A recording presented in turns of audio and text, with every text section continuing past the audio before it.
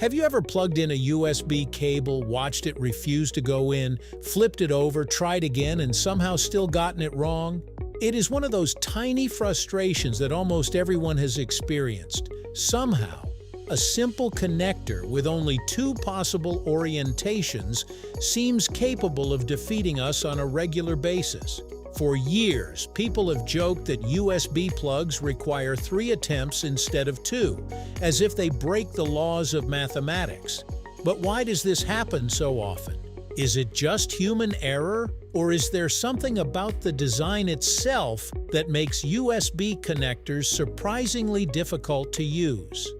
Today, we will uncover the surprisingly clever and occasionally frustrating story behind one of the most familiar pieces of technology in our daily lives, right here on History of Simple Things.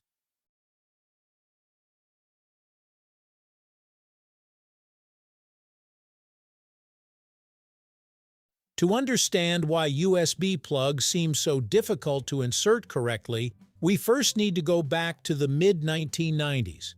At the time, connecting devices to computers was far more complicated than it is today. Printers, keyboards, mice, cameras, and other accessories often used different types of ports. Some connectors were large, others were small, and many required users to figure out exactly where and how they fit. In 1996, a group of technology companies, including Intel Corporation, Microsoft, and IBM, worked together to create a universal standard that would simplify connections. The result was USB, short for Universal Serial Bus. The goal of USB was ambitious. Instead of needing a different connector for every device, manufacturers could use a common standard that worked across many products. USB could transfer data, provide power, and support a wide variety of accessories. For computer users, it was a huge improvement, but creating a connector that was cheap, durable, and reliable required some compromises. The original USB Type-A connector, the familiar rectangular plug found on countless cables, was designed with a specific orientation. Unlike modern connectors, it was not symmetrical.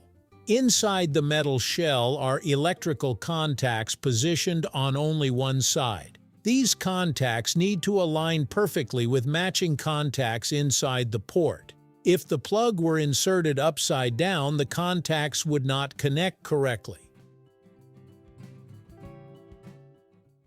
At first glance, this seems like an obvious design flaw. Why not simply make the connector reversible? The answer comes down to technology and cost. When USB was being developed in the early 1990s, engineers wanted a connector that could be manufactured cheaply, survive thousands of insertions, and work reliably across millions of devices. A one-sided design was simpler and less expensive than creating a reversible connector. It also reduced complexity inside computers and accessories, helping USB become affordable enough to spread everywhere. In many ways, the design succeeded brilliantly. USB quickly became one of the most successful technology standards ever created.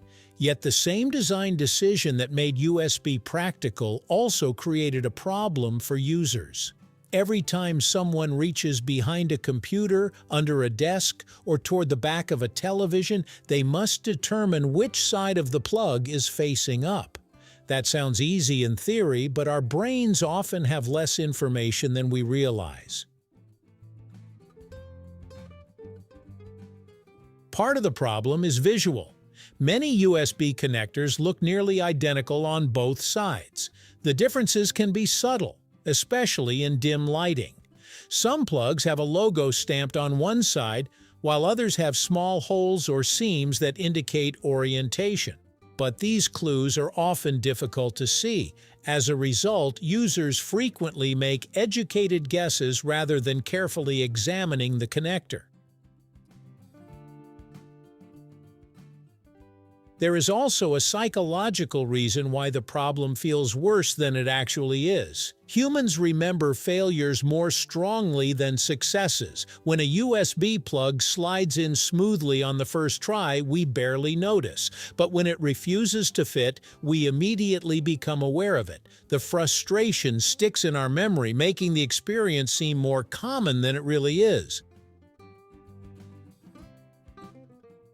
Over time, manufacturers tried to make orientation easier to identify. Some cables added arrows, logos, colored plastic inserts, or other markings.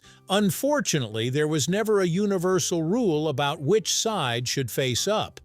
Depending on the device, the correct orientation could vary. A user might learn one pattern on a desktop computer only to encounter a completely different arrangement on a laptop or television. As USB became more common, the connector's quirks became part of technology culture. Entire comic strips, internet memes, and jokes were dedicated to the struggle of plugging in a USB cable. It became one of those shared experiences that united computer users around the world. Few pieces of technology have inspired such a universal mixture of appreciation and annoyance.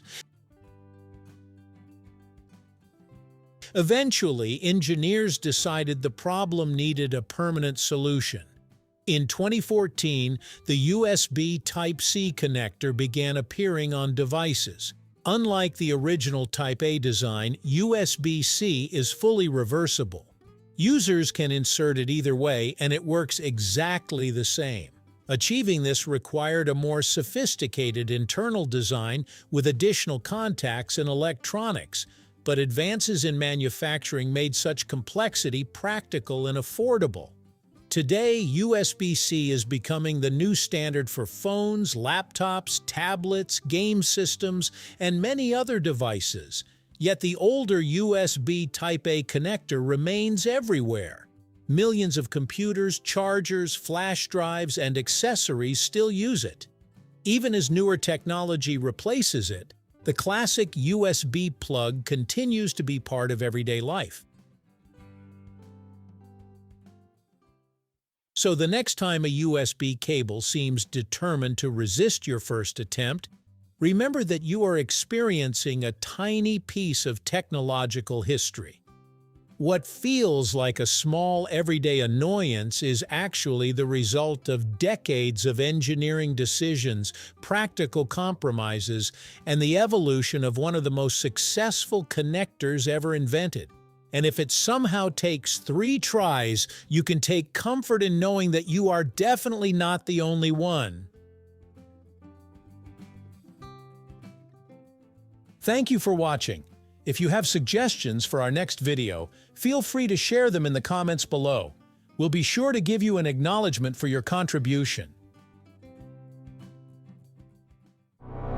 Thank you for joining us on this journey through the history of simple things. Don't forget to like, subscribe, and stay tuned for more stories woven through the smallest details.